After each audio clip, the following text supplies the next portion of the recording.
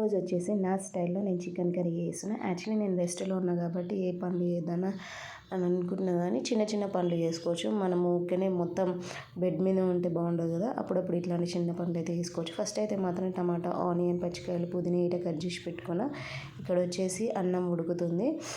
నా స్టైల్లో chicken curry చేద్దామని ఫిక్స్ అయిపోయినా. ఇక్కడ వచ్చేసి ఫస్ట్ కడాయి పెట్టుకొని కొంచెం ఆయిల్ వేసుకొని షాజీరా, నేను ఎక్కువ హీట్ వేసలేదు మసాలా, 2 లవంగాలు వేస్తున్నా. జస్ట్ సింపుల్గానే వేస్తున్నా కర్రీ హీట వేసిన తర్వాత ఆనియన్, పచ్చికాయలు గీట కొంచెం బ్రౌన్ కలర్ వచ్చిందాకా బాగా వేగనియాలి.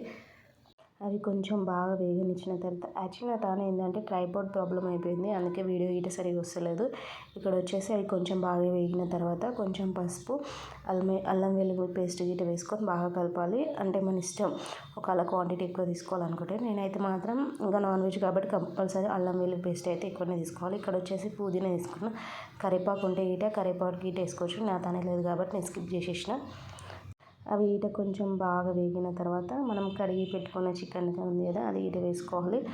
చికెన్ వేసిన తర్వాత అవి బాగా కలపాలి. చికెన్ ఒక 15 మినిట్స్ దాకా కొంచెం హై ఫ్లేమ్లోనే కొంచెం బాగా ఉడకనివ్వాలి. బాగా కలుపుకొని అవి కొంచెం హై ఫ్లేమ్లో బాగా వేగిన తర్వాత ఒక 10-15 మినిట్స్ మనం కొంచెం సేపు బాగా వేగనిస్తే అది కొంచెం దాంట్లో ఉన్న వాటర్ మొత్తం కంటెంట్ మొత్తం వెళ్ళిపోతుంది. ఇక దాని తర్వాత మనం చూడండి, వాటర్ కంటెంట్ మొత్తం వెళ్ళిపోయిన తర్వాత దాంట్లో కొంచెం కట్ చేసి పెట్టుకున్న టమాటాలు గీట వేసుకొని కొంచెం మన ఇష్టం ఉంటే సాల్ట్ వేసుకోవాలి. సాల్ట్ వేసుకుంటే ఏంటంటే కొంచెం పీస్కి మంచిగా పడుతుంది. ఈ టైంలో వేసుకుంటే మాత్రం, మొత్తం కర్రీ అయినాక వేసుకుంటే మాత్రం కొంచెం పీస్కి పట్టదు సాల్ట్. అందుకే మనం ఒకవేళ ఈ టైంలో నేనైతే మాత్రం నార్మల్గా అయితే మాత్రం కంపల్సరీ సాల్ట్ వేసుకుంటా చికెన్ ఉడికేటప్పుడే.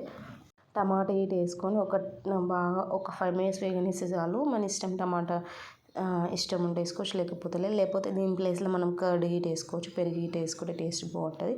అది గీట వేసుకున్న ఒకవేళ మన ఇష్టం ఉంటే వేసుకోవచ్చు. అది గీట వేసుకున్న తర్వాత కొంచెం రుచికి సరిపడా కారం పొడి వేసుకొని బాగా కలిపిన తర్వాత కొన్ని వాటర్ వేసుకోవాలి. జస్ట్ మూత పెట్టుకొని ఒక 20 మినిట్స్ బాగా వేగిన తర్వాత మనం ఇంట్లో చేసి పెట్టుకునే గరం మసాలా ఉంటుంది కదా, అంటే ధనియాల పొడి ఇటు ఉంటుంది కదా, అది గీట వేసుకొని ఒక 10-15 మినిట్స్ బాగా వేగిన తర్వాత లాస్ట్ కొత్తిమీర వేసుకొని వేడి వేడి చికెన్ అయితే రెడీ అయింది. మనం వచ్చేసి ఇది చపాతీలకు అయితే ఇంకా టేస్ట్ బాగుంటుంది.